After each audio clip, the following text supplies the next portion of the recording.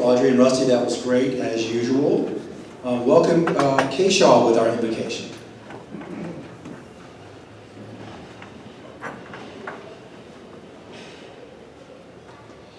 Let us pray. Father, the gift of Rotary is so evident in this room. Friends all about us with special gifts to share. We ask for you to be with each and every one of us as we move about our daily lives, always keeping in mind those special talents that we have. Let us be fair and kind to those in our past today. Let us focus on the objects of Rotary and implement these with your help. We ask your special blessing on our educators and on our students as they work to overcome challenges. We thank you for the dedication and commitment of today's speaker to the children of South Carolina. Bless this food to the nourishment of our body and us to thy service. Amen.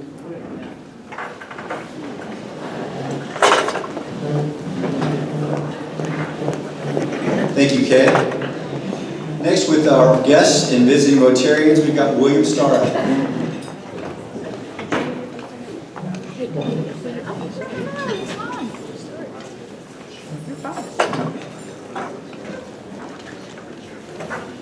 Thank you, President Mason. We have, I want to welcome Phil Bremmett from Fairfax, Virginia. He's our visiting Rotarian today. Phil, will you stand up and let us welcome you? And then I'm very excited, we have quite a few visitors. So. Hi, I'm Nicholas Beasley, and my guest today is the Reverend Susan Heath. She's an Episcopal priest, as I am. She works on our bishop's staff as the coordinator of the Bishop's Public Education Initiative.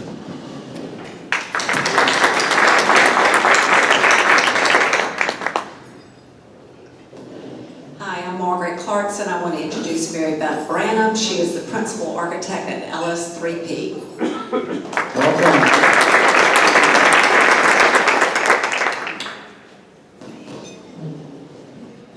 I'm Glenn Matthews, and today I have Derek Anderson with the Monty Leadership, and he just moved to Columbia, and he lives in the Forest Acres area, and he's looking for a Rotary Club, so I said, come join us. Welcome.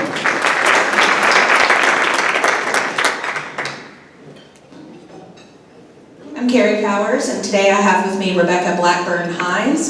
She is a visiting Rotarian with the Chapin Sunrise Club, and she's also a trustee of the Lexington-Richland District 5 School Board.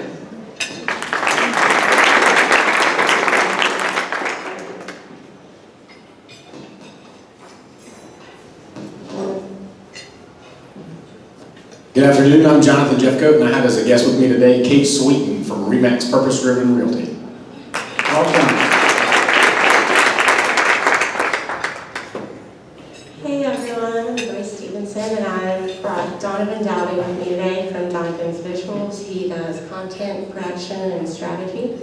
He's from Connecticut, so he kind of got stuck here during the whole COVID thing. So, welcome to Donovan.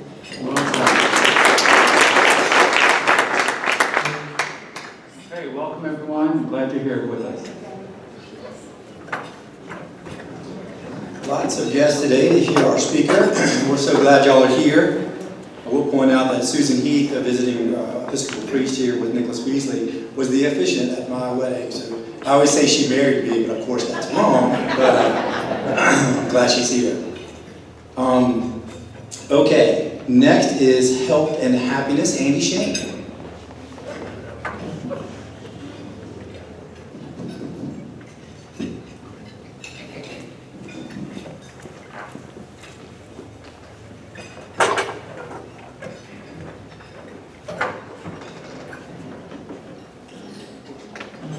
Good morning, everyone, or good afternoon. How is everybody today? All right. Wonderful. I'm sorry, I was a little late today, so in case you do have an announcement that you would like to make, please stand up and do so. I do have one, but I just wanted to make sure because I was a little tardy. Sorry. Just wanted to see if anybody had anything. All right. If not, just keep Dot Ryle in your thoughts. Her brother passed away recently, I was told. I don't have much information beyond that, but obviously she's going through something. So please remember her in your thoughts as you move forward. A message from the CART Fund. obviously about Alzheimer's, so let me go ahead and read it. Some people think Alzheimer's as only a problem with memory, but there's also other symptoms. Here's something a woman with dementia posted on Twitter the other day. I was a mess this morning. Start to speak, then forgot what I was going to say. I get a first word out, and then my mind goes completely blank. I'm crying over things. I just went to our bathroom and had messed myself and didn't even realize it. Oh, how I hate you, dementia. So please remember to give to you on the blue buckets. Also, please remember that you can also make out a check to the CART fund if you want to go ahead and take that off of your taxes as well as an option. So please consider that in the fight against Alzheimer's. So I was thinking about when I had health and happiness, what I was going to talk about. I always try to figure out what we're around. We were around President's Day. Obviously, we had that week off. Thank you to our presidents for that, I guess. But I thought, it'd be fun. I always like trivia. I'm a trivia guy. So I went and kind of poked around the internet for some interesting trivia about presidents and came up with a baker's dozens of questions that I thought were interesting trivia questions about our presidents. So I'm going to share them. If you know the answers, kind of shout it out. If you don't, then I'll obviously share the answers with you. So here we go. Who was the first president born in the United States? Does anybody know? All right, fine. This is the only time you get to speak up during this, and that is correct. You're going to hurt the curve for the rest of the class. Yes, the first 7 presidents were born before the United States were the United States, so they were British subjects. And Van Buren was born after we beat the British and all of that good stuff. So there we go. He was our 8th president. So it took 8 presidents to finally get one born in the United States. All right, this one I know you're going to get. This one's one of the easier ones. Which state has produced the most presidents? All right, what's number 2, everybody? Ohio. There you go, Ohio. So Virginia with 8, Ohio with 7. So there you go. All right, now we're getting to the harder ones. I'm so okay, you smart Alex. Here we go. How many presidents have gotten married in office? I heard 2. All right, close. It's 3. Tyler got married after the death of his first wife. Woodrow Wilson got remarried after the death of his wife. And Grover Cleveland came in as one of the bachelors, got married while in office during one of his 2 terms. How many presidents have died in office? Now, it's just died all sorts of ways. Literally or figuratively? I heard literally or figuratively, but we're talking about figuratively. We're talking about constitutionally, okay? All right, the number's 8. So Harrison, Taylor, Lincoln, Garfield, McKinley, Harding, FDR, and JFK. All right. Was every president associated with a political party? Has every president we've had been associated with a political party? All right, obviously that would be one of those no. Apparently George Washington was not affiliated with a political party. The Federalist Party did get started while he was in office, but he decided not to join, so he was our only unaffiliated president. All right, which president gave the White House its name as the White House? Franklin. All right. Sorry. Franklin. You're right on Roosevelt, but wrong Roosevelt. Apparently it was Teddy who did it. He apparently, even though at the time it was called the Executive Mansion or the President's Palace, he referred to it as the White House and had it engraved on the stationery, and thus we now know it as the White House. All right. Which president added a bowling alley to the White House? Sorry. Truman. He did. It was a gift, his 63rd birthday gift. And one of the 7 pins he knocked down with the first ball is in the Smithsonian. And for me, that would have been no pins knocked down the first time I ever played.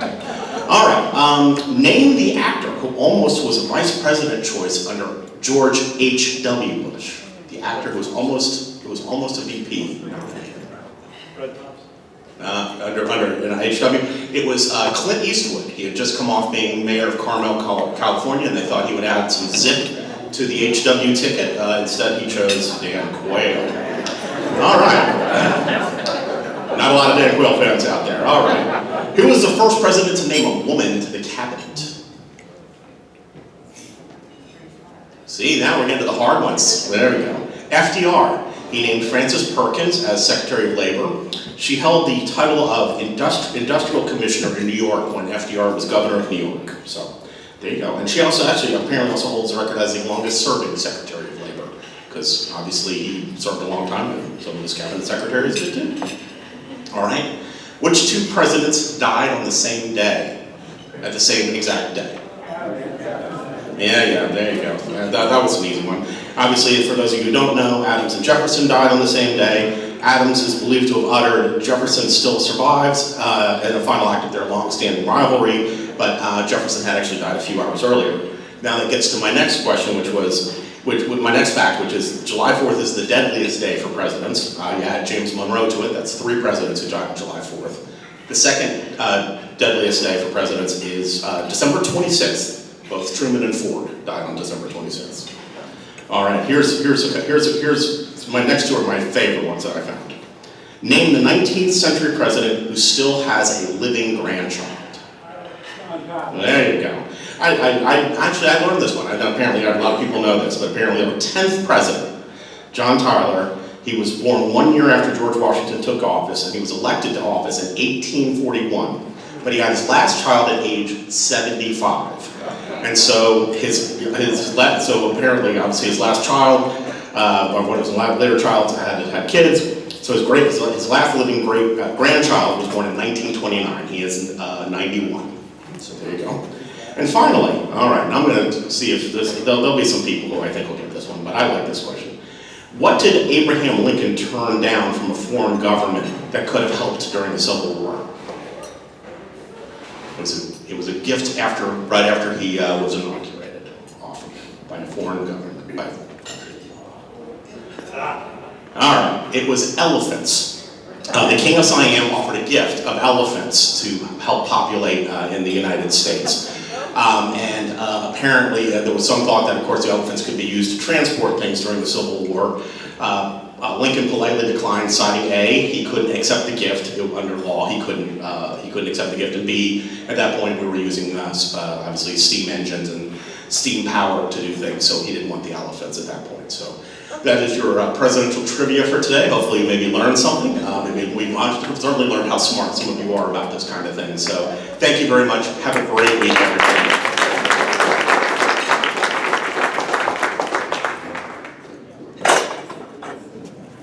Thank you for that education, Andy. Appreciate that.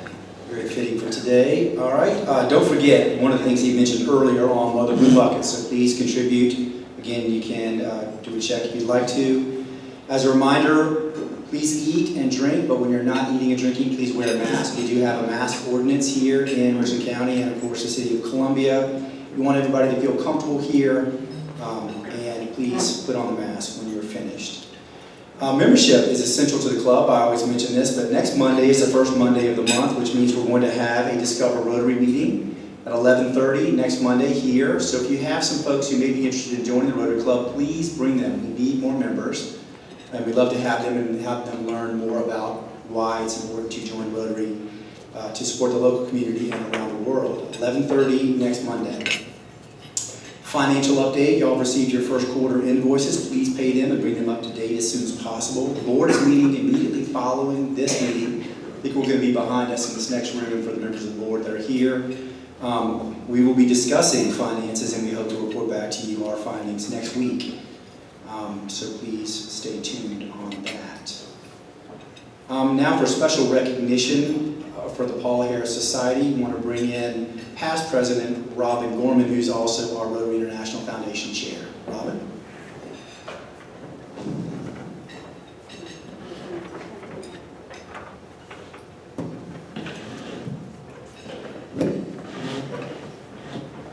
Thank you, President Mason. Oh, goodness. My goodness. Oh, this is so much better than when I was president.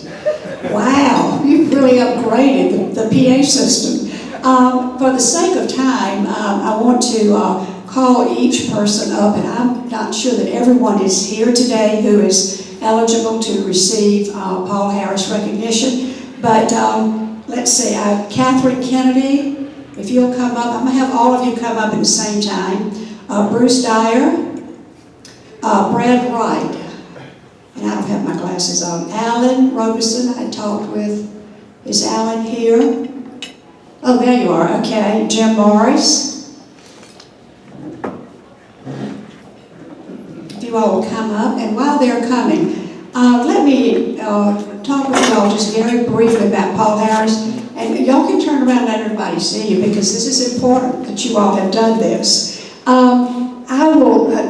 There's been some confusion in the past, and I know several of you have contacted me to say, oh, I thought I would be at this level or that level. And so here are a couple of things that you really need to remember to do. If you use the billing system that you're using currently, the management company will send that in to Rotary International and will include your Rotary ID. Your Rotary ID is what is key. So if you choose to send a check or give them here, like I do it by check, I don't send it directly, I give it to the person here from the management company. If you do that, be certain that your Rotary ID number is on that.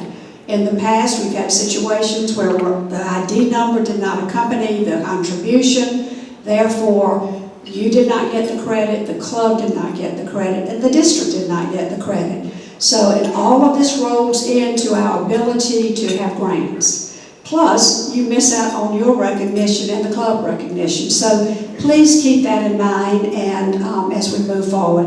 Have any questions, you can contact me, and I'll try to answer them as best I can. The other thing to be sure and do, make certain that you are receiving letters from Rotary International confirming your contribution, and use that as your tax credit. So if you're not receiving those letters, you need to let the management company go, and Annie, who's at the desk, let them know you're not receiving those letters. And that's part of your backup.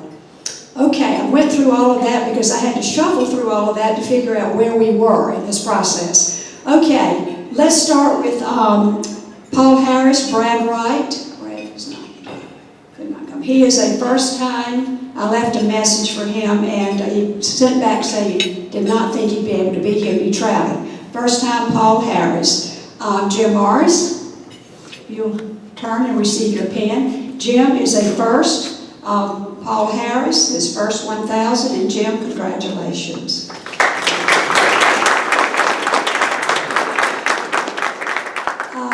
Secondly, Bruce Dyer. Bruce is here with us, and Bruce is receiving his Paul Harris +1, and that's the pen with 1 sapphire. Thank you very much. Alan Roberson. Alan, you are at a Paul Harris +1 as well, and that's your pen with the sapphire. Thank you so much. Catherine Kennedy. Catherine is a Paul Harris +2. Catherine, thank you and congratulations. So, all of you, and again, if you think that it's something different, let me know. I'll try to do the research for you. All Paul Harris fellows, please stand. Please stand and be recognized. Look at this is fabulous. Thank you so much. Work on your next level. Thank you and congratulations to you all.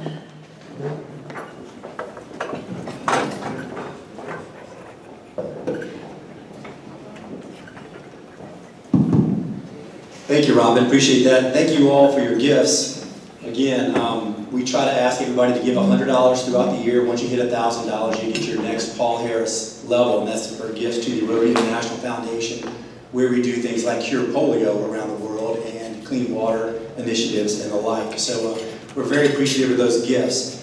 When we all give $100 throughout the year, that allows our club to receive matching grants to use here in the community. This past year, just as a reminder to you all, we gave $2,500 to Harvest Hope Food Bank, and it was matched by the district. They gave $2,500. So as a result of your generous giving to the Rotary International Foundation, we got to give an extra $2,500 here locally to our Harvest Hope Food Bank. So again, appreciate the 4 who recognized today, but also the congratulations goes out to every member of this club to let us be an E-Ray club, every Rotarian, every year, $100. Thank you all so much. Now we'll get started with the main event. And to introduce our speaker is Jim Morris, newly minted Paul Harris Fellow.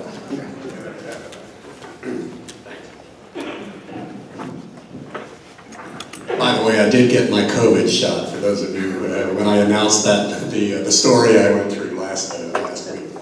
I'm Jim Morris. I work with the South Carolina Council on Economic Education, also known as SC Economics. We are housed over in the Darla Moore School, although we are a 501c3, completely independent at the university. I'd be remiss if I did not point out that the rest of our staff, Chandler, Jordan, and Rhonda, if you just stand just up and make sure, okay, there they are. That is the rest of the staff, and these two were responsible last year for teaching 2,400 teachers across the state of South Carolina in both personal finance and economics, along with 3,300 teams of students in various things. I think everybody knows Secretary Spearman, but let me be a little more specific. She was elected to the state as the Superintendent of Education in 2014, re-elected in 2018. She's a native of Saluda County.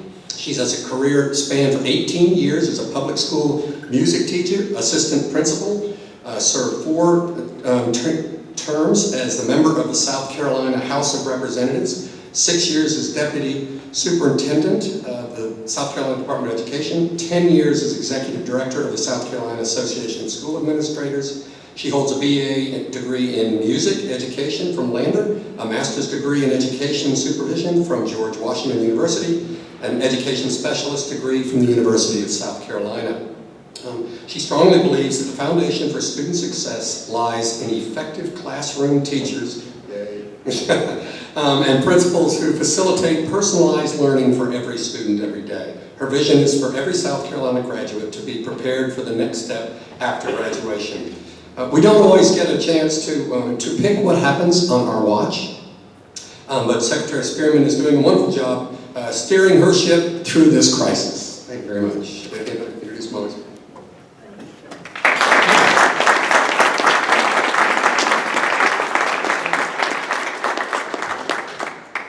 Facing challenges and seeing them as opportunities.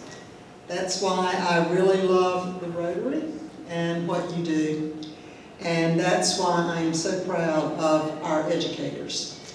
And there are many of you in the room who teach, help us as nonprofits, work in different areas.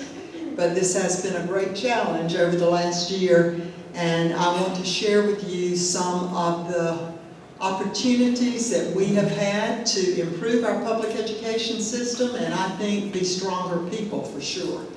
My faith has helped me get through this, and those Bible verses that talk about the challenges, the trials that we face, they teach us perseverance, and perseverance builds character. So I really think, I know at least for me, I can thankfully say I think my character is going to be stronger after all of this, but I hope and pray that our system of public education will be stronger too. Let me give you a little update. I could talk all day, and I want to get very quickly to a chance for you to ask me questions, but I want to give you just a quick update on where we are with our operations in the state. Currently today, we have 1,263 schools in South Carolina system, and 693 of those schools are operating full 5 days a week, face-to-face. So that's remarkable, and some of those have been operating full 5 days a week since opening school back in August. We have 547 schools that are in some type of hybrid, 2 to 4 days a week, with children in front of them coming into the classroom. And I'll say this is changing daily. Last week, we were down to about 19 schools that were virtual, maybe even a little lower than that, but we're having some shifting as schools that were face-to-face have too many teachers out or have to quarantine teachers. So this does change almost surely on a weekly basis, but as of today, 21 virtual schools out of those 1,263 schools, and that does not count. We have 5 charter schools that are virtual all the You can see the distribution across the state there of schools that are in their methods of operations. The purple is the back to school, and you can see where that's happening. So, can you go back to school safely? That's been the big topic of conversation all of this year.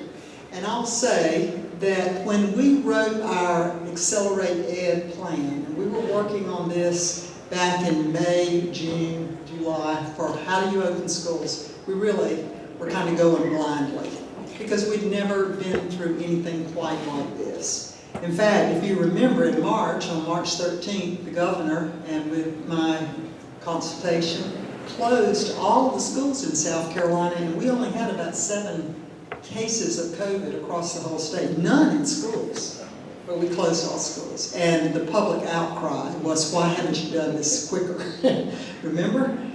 He was really getting badgered because we had not closed schools. Looking back on that now, we did the best we could at the moment, but we have certainly learned a lot about this virus. And the question of transmission and how it works and can you mitigate it?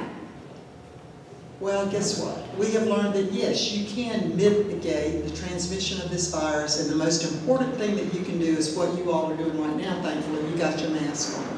In schools, we can require children. In fact, on the buses, I was able to say, you're not going to be able to get on a school bus in South Carolina unless you have your mask on. And every school bus driver's got a box of masks there to hand the children if they happen to forget their mask. We're not going to fill the bus up because we're going to try to social distance. Now, it's a little harder on the bus, so we've opened, if you see the bus is running now, they've got that top cap open and there's some windows open no matter how cold it is to keep that ventilation going. And we required a 67% passage rate, about 50 children on a bus, socially distancing to the extent possible. This is the part that in September 4th, the governor asked us to start reporting how many cases of COVID are actually in our children and our teaching staff.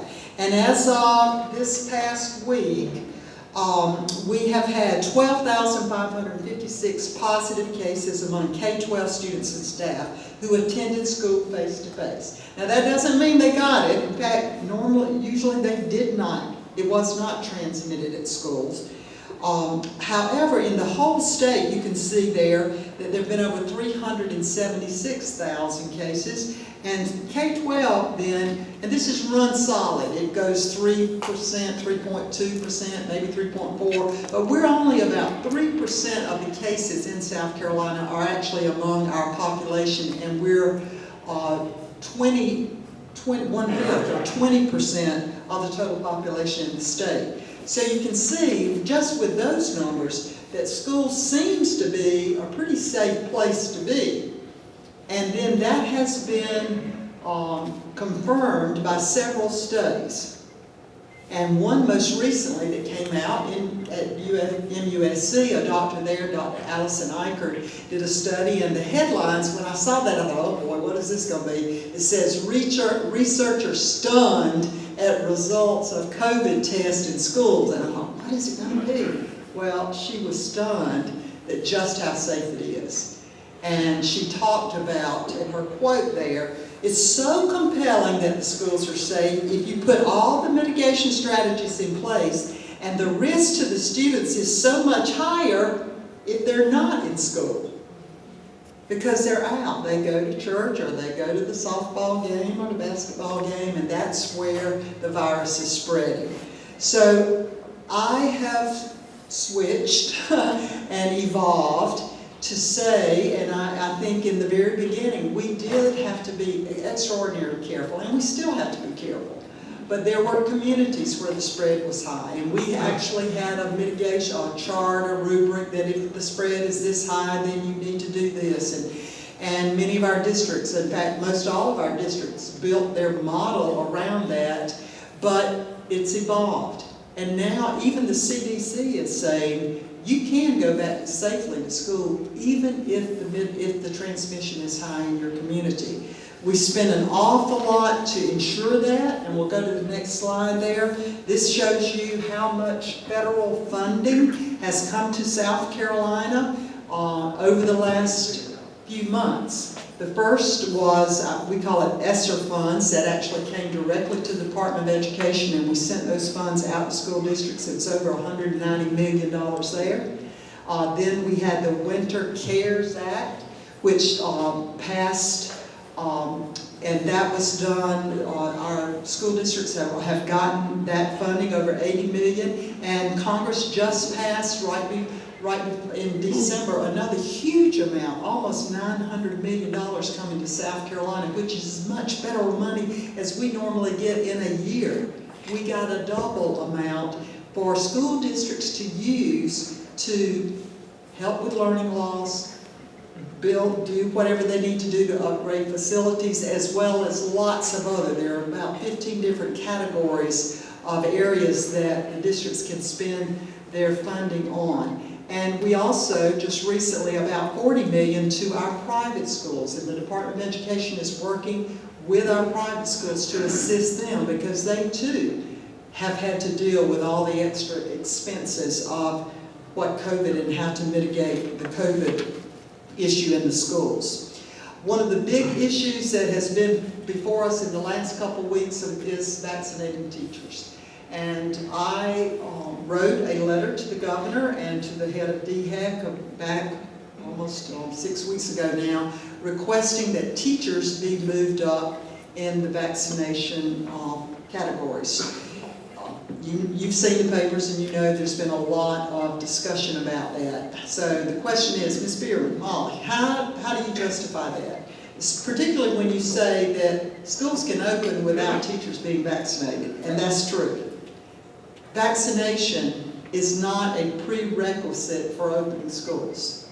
Be nice, but it is not a prerequisite for opening schools. However, at this point, I'll use the example of Allendale.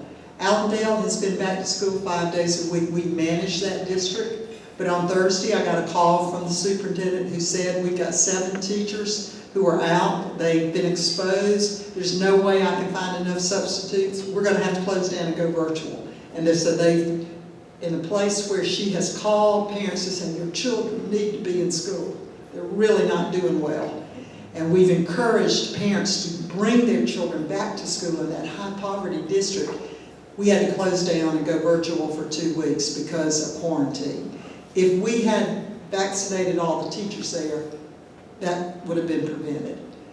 The CDC is saying once you're vaccinated now, you don't have to go through that 14 days of quarantine. So that's the difference that it would make as far as school teachers being vaccinated, and that's still why I stand behind that, and I'll be at the Senate or the House Committee tomorrow morning asking them to continue to consider that and to get us on a higher priority list. How are our children doing? Doesn't take a rocket scientist to figure out it's been tough. It's been tough not only on their content knowledge, but on their social and emotional status as well. South Carolina is ahead of most states in that we had legislation passed attached to our budget back during the summer to say that every child in school would be assessed at the beginning of school when they got back and would be required in December. That data had to be sent to the Department of Education. We're analyzing that now. And I know the slide is kind of small, but I'll tell you what it means. Green is really good, okay? And you see there's not much green on that list. And what this really shows is the growth from students when they were tested or assessed in August to where they were before they went home at the winter break. And the most significant loss, you want to be at about 50. 50 is a good number if you can see that. There are only a few 50s there, and that's where you see the green. The most significant loss that we have, though, is in math, more so than ELA, and particularly at 4th and 5th grades, both in ELA and math. Those students really showed a tremendous amount of loss. For math, kindergarten and ninth graders are now performing. They were back in school, and from the assessments, they're performing pretty well at where they should have been pre-COVID. And for ELA, English Language Arts, 5th through 9th grade students are now performing as would be expected. So our teachers have done a great job. People are talking about how we're going to get the kids caught up. Teachers are out there doing it right now. Most of our schools have used some of their funding to hire extra teachers. They've already started with tutoring programs. They're working one-on-one, pulling students out to get them back to where they need to be. Now, we still have significant work to do. That will be ongoing during the spring, and I anticipate that many of our districts are planning to do expanded summer school programs, expanded after-school programs to get our students back in, to make sure that they're back on target where they need to be with their content level. Other things that we're working on in the legislature, our priorities always the safety and wellness of our students. We have asked for additional funding to have a nurse in every school. We're close to that, but we still have about 75 schools in the state that do not have a full-time nurse. Always working to recruit and retain teachers. That's one of the most significant issues that we have. COVID really took a hit on our state budget. We're better off than most states. Some of my colleagues in North and South Dakota, Hawaii, they have already had tremendous cuts to their education budgets. We have not had that yet in South Carolina, and I don't see that major cuts are happening, but we had a huge surplus, as you know. It was going to bring about a 6% pay raise for teachers. All of that went out the window. What we're hoping to do right now is to reestablish the 2% every year step increase that teachers get. It looks like the legislature is going to go through with that. And then I've asked for additional raise for teachers. Whether or not that will happen this year we don't know yet. We're just still watching how the revenue's coming in.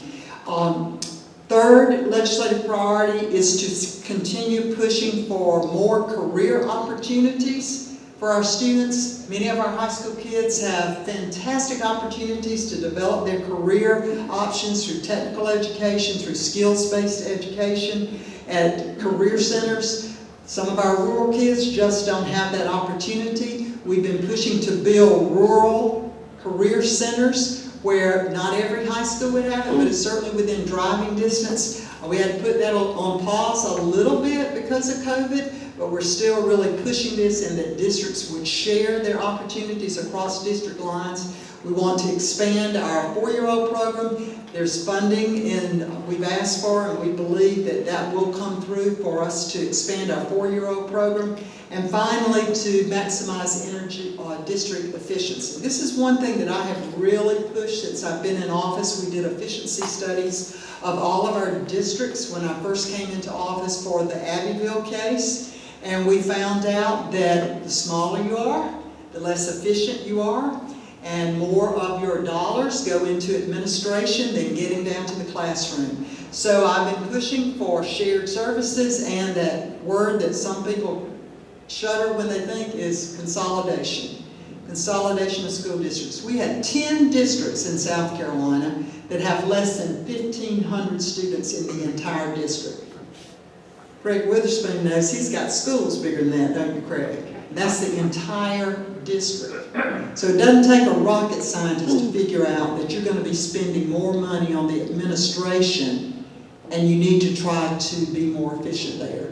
I'm really proud to tell you, and I thought I'd never live to see this, but 8 of those districts now, the 10 that were under 15, are in the process of consolidating. Hampton School District 1 and 2 will be consolidated July 1. Clarendon 1 and 3, that's Somerton, and Turbyville will be consolidated on July 1. Barnwell 19, that's Blackville and Williston, 29, Williston and Blackville will be consolidated, and I think those are the 8, yeah. And there are a couple more that we're working on. So putting those districts together inside counties that have been divided since 1960s. And you know they divided during desegregation of schools. And bringing those communities together for the benefit of all students is the right thing to do, and it's been there way too long. And I'm so excited about what that's going to mean. It won't solve all the problems there, but it certainly will bring the communities together through the young people and give them in a more efficient, everybody working together, not trying to compete against each other in school districts. So of all the things that we've done, I'm really, really proud of that. And now what additional thing that I'm working on with some senators now is that some of those rural areas, those facilities are pretty pitiful. And South Carolina has left it up to the local communities to build schools.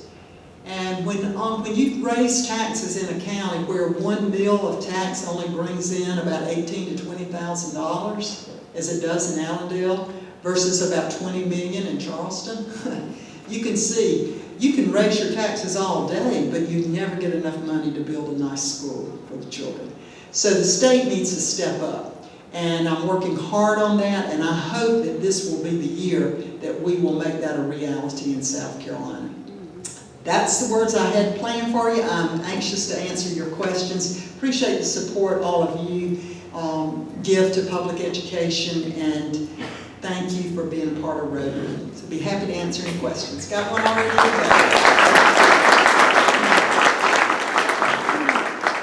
Yes, sir. How are we distributing? I'll tell you about it. Yes, sir.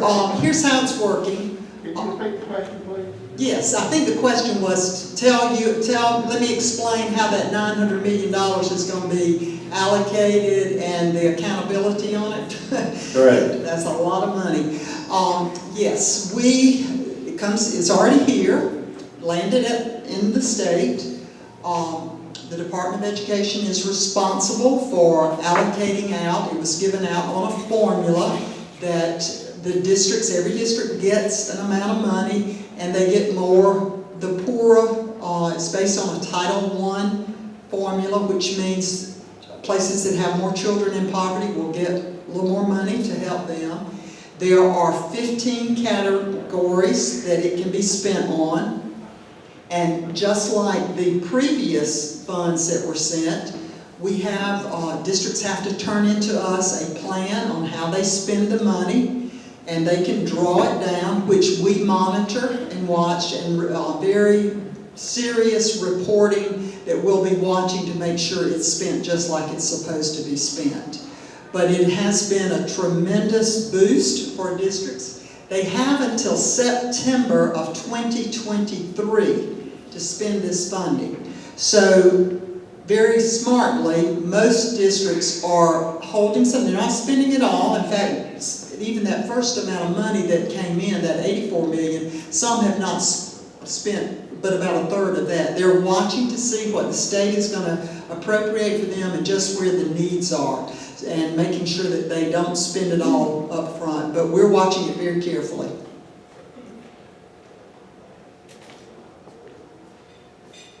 Can they use that money for the facilities to help people that need that? Good. That's a great question. The first funding, none of it can be spent on facilities. This last amount that was appropriated by Congress, approximately $900 million, yes, it can be used for facilities, but they have to show some COVID-19 relation. But for COVID, they would not have had to use it. So that's pretty wide open though, because if you're going to maintain a social distancing of 6 feet to the extent possible, it takes some more space. Some classrooms are very crowded. So I know that some districts are already looking at adding additional classroom space so they can spread the students out. And it also can be used to upgrade air quality in schools. So working with air quality problems is also another reason that they can use on facility type things. I think there's a question over here too. Yes. Ms. Spearman, I wonder, many of us who believe that ever increasing money is not the answer. We're always criticized as being against the children. You mentioned for the children a couple of times, and against education. Whereas in fact, many of us as parents actually believe that a government monopoly may not be the only way to educate our children. I wonder if you would be willing to say that we aren't against children and against education when we talk about those things. And second, if you'd comment on your views on school choice. Thank you. I'll be glad to. I agree with you, and I have been on both sides of the issues. Yes, you do have to have funding to pay quality people. We need to have competitive salaries. We want children to go to school in buildings where the air quality, where they're comfortable, and all of that does take money. You got to have instructional material. So yes, I speak out for money all the time, have done it all my life. But I think it's also, I will say, that money is not always the problem. And sometimes folks want to say that. And I've seen that very clearly when we did our district efficiency studies, when I have gone to districts that have not been managed well. And we now currently have taken over management of 3 districts in South Carolina since I've been in office, and a 4th district recently just because of the finances not being managed properly. And in each of those cases, money was not the problem. They were all very rural. It wasn't lack of money. In fact, 2 of those 3 that we managed had pretty good reserve funds, but there were other things going on there. Children were not being served. Special needs students were not being served. There were the professional staff, the principals were not being supported. The superintendents were not being supported by the board. There was a constant turnover. You know, the superintendent would come in and start getting the place in shape, and he may fire somebody's cousin, and next thing you know, the superintendent's gone. That had nothing to do with money. That was about leadership. Not wrong on the superintendent's part, but where the school board was not supporting, had lost its focus. So yes, I'll be the first to say that money is not always the problem. And I will also, you asked me to comment on school choice. My position, and I have been in different positions, you know, as a principal, and when school choice first started in South Carolina, I was the lobbyist at the Department of Education. Then I moved to be the director of the School Administrators Association. Wherever you are, you see things from different perches, you know? But throughout my perch, I have always said that we need to fund and support a strong public education system. And I fought many school choice options. But as I have evolved and as I've seen different things happen, I've always said that if the public education system is not serving your child, if we're serving your child, then maybe we don't need to pay for you to go pick another option. But if we're not serving the best needs of your child, my belief now is yes, you should have some other option. And so I've evolved, and I think we have evolved, and I hope our private institutions have evolved not to be a haven for folks who just want to leave because they might not want to go to school with somebody who doesn't look like them, as it was years ago. But that truly, if it's there because of the quality of the education and what your child needs, then I support it. Does that answer it? And I'm being totally honest with you. Got a question right here, and I think we're about, I know y'all like to leave in 1 hour, so maybe this will be the last question. If I can answer it quickly, we can get another one. It will. With regard to the monies that have come from the federal government, are there any specific ties to the federal, sometimes with federal funds, there are certain things that you have to do associated with that? Other than just very, very strong accountability, the question was, are there strings attached to the money? Yes, but the categories really are very broad, and I have not heard anybody come and say, well, you know, we can't spend it, we got something we need to spend it on, we can't. Now salaries, it's a little wishy there, whether you can, if it's COVID related, if you need to hire extra teachers, you can pay them with this money. If you need to hire a nurse, you can pay it with this money. Just to give an all across the board bonus for all your teachers, So there are a few little strings attached, but it's pretty bright, wide open. But there is very, very strong accountability on our part to make sure the money's been spent accurately. One more. Okay, last question. Yes. Yes, thank you so much for coming today, and you presented some very compelling data on how school districts are operating safely in the state. After $1 billion in 1 year, I guess my question fundamentally is, why aren't all the school districts open 5 days a week? Well, it is a local decision, and believe you me, I have pushed. I do not have the authority. If I could say that magic wand, I would say yes, everybody needs to be open 5 days a week now, offering face-to-face. Now, I know there's some families, for whatever reason, still want to be virtual, and that's fine. We need to offer 2 options. I think some have had plans in place, and they're following their plan. My personal belief is that the research has taught us some different things that we need to go back and amend our plans. And that's what I did. Madam Secretary, I just have one other point on that. My wife is a special needs caretaker or teacher in District 2. Mm-hmm. Her job is to shadow a young man, an 8-year-old, who cannot move a single muscle in his body. He communicates with his eyes. He's got a nurse on the other side in the classroom suctioning to make sure he doesn't drown in his own saliva. They have done so much to mainstream these kids. And also say the idea of consolidating districts that were racially divided is just awesome. Thank you. Thank you. Well, say God bless you, and thank you to your wife. That takes a special calling. And thank you for what she's doing. And thank you all again for inviting me. I wish we could sit here and talk all afternoon, but I know we've all got to get back to work. I really am honored and humbled to have this opportunity to serve the children and the people of South Carolina, and I thank you for your support. Thank you.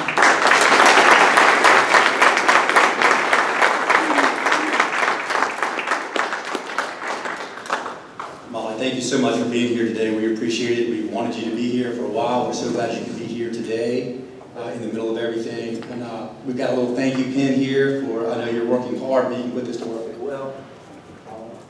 Maybe because it's friendly. Thank you. We really appreciate all the effort, and we know that you are tirelessly working for the people of South Carolina. Those of us who have kids, we really appreciate it. Appreciate everybody who's doing the work and keeping us all safe. Thank you so much for being here. We've got, again, a Discover Rotary meeting next Monday at 11:30. President-elect Catherine, we had a cancellation of our speaker for next week, so we're working on another speaker. We're working on 3. We're working on 3 other speakers right now. We just have to move somebody around, or either we'll get one altogether, but we'll keep you posted. We will have a fantastic speaker here next week. Don't be afraid to bring a guest, especially to Discover Rotary, and enjoy some educational content, whatever that might be. So we will close. Molly, maybe you'll stay for a few more questions afterwards, and I think the media may want to talk to her as well. Thank you all again. We'll close in song with the rest of it.